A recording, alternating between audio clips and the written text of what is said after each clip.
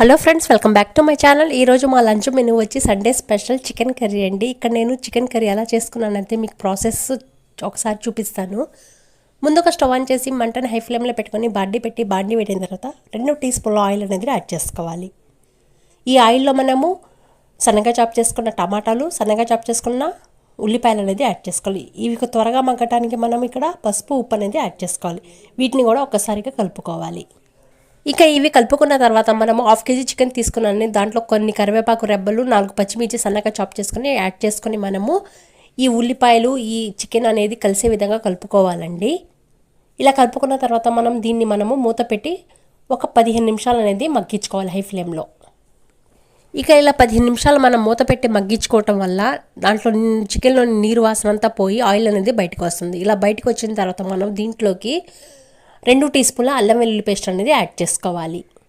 ఈ అల్లం వెల్లుల్లి పేస్ట్ కొంచెం వేగిన తర్వాత దోరగా పచ్చివాసన పోయే వరకు వేగిన తర్వాత మనం దీంట్లోకి కొన్ని గరం మసాలా ఐటమ్స్ అనేది యాడ్ చేసుకోవాలి. అంటే బిర్యానీ ఆకు, లవంగా, చెక్క, పట్ట.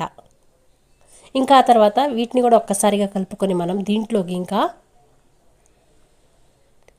ఎండు కొబ్బరి పౌడర్ అనేది యాడ్ చేసుకోవాలి. ఇక్కడ మీకు ఎండు కొబ్బరి పౌడర్ ఇష్టం లేకపోతే జీడిపప్పు పౌడర్ అనేది యాడ్ చేసుకోవచ్చు. ఆ తర్వాత 1 టీ స్పూన్ చికెన్ పౌడర్ అనేది యాడ్ చేసుకుని ఒక్కసారిగా కలుపుకోవాలి.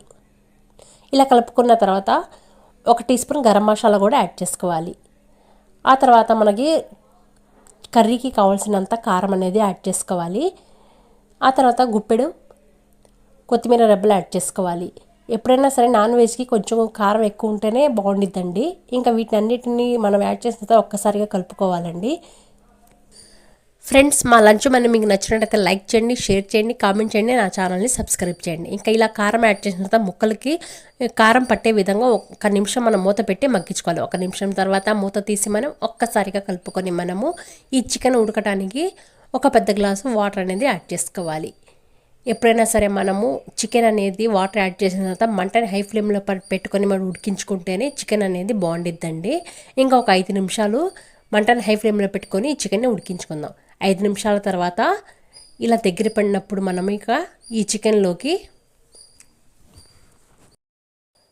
1 టీ స్పూన్ వచ్చి పెరుగు అనేది యాడ్ చేసుకోవాలి. ఇలా పెరుగు యాడ్ చేసిన తర్వాత మనము ఒక్కసారిగా కలుపుకొని స్టవ్ అనేది ఆఫ్ చేసుకోవటమే. ఓకే ఫ్రెండ్స్, ఇంకా ఈ చికెన్ కర్రీని మనం వేడి రైస్లోకి మనం వేసుకొని తిందాం. చాలా రుచిగా, చాలా అద్భుతంగా ఉండిద్ది. దానికి కాంబినేషన్ వచ్చి నేను ఉల్లిపాయ, పచ్చిమిర్చి, నిమ్మకాయ చెక్క అనేది యాడ్ చేశాను. ఓకే ఫ్రెండ్స్, ఇంకో నెక్స్ట్ లంచ్ మెనూతో మీ ముందు ఉంటాను. Take care, bye.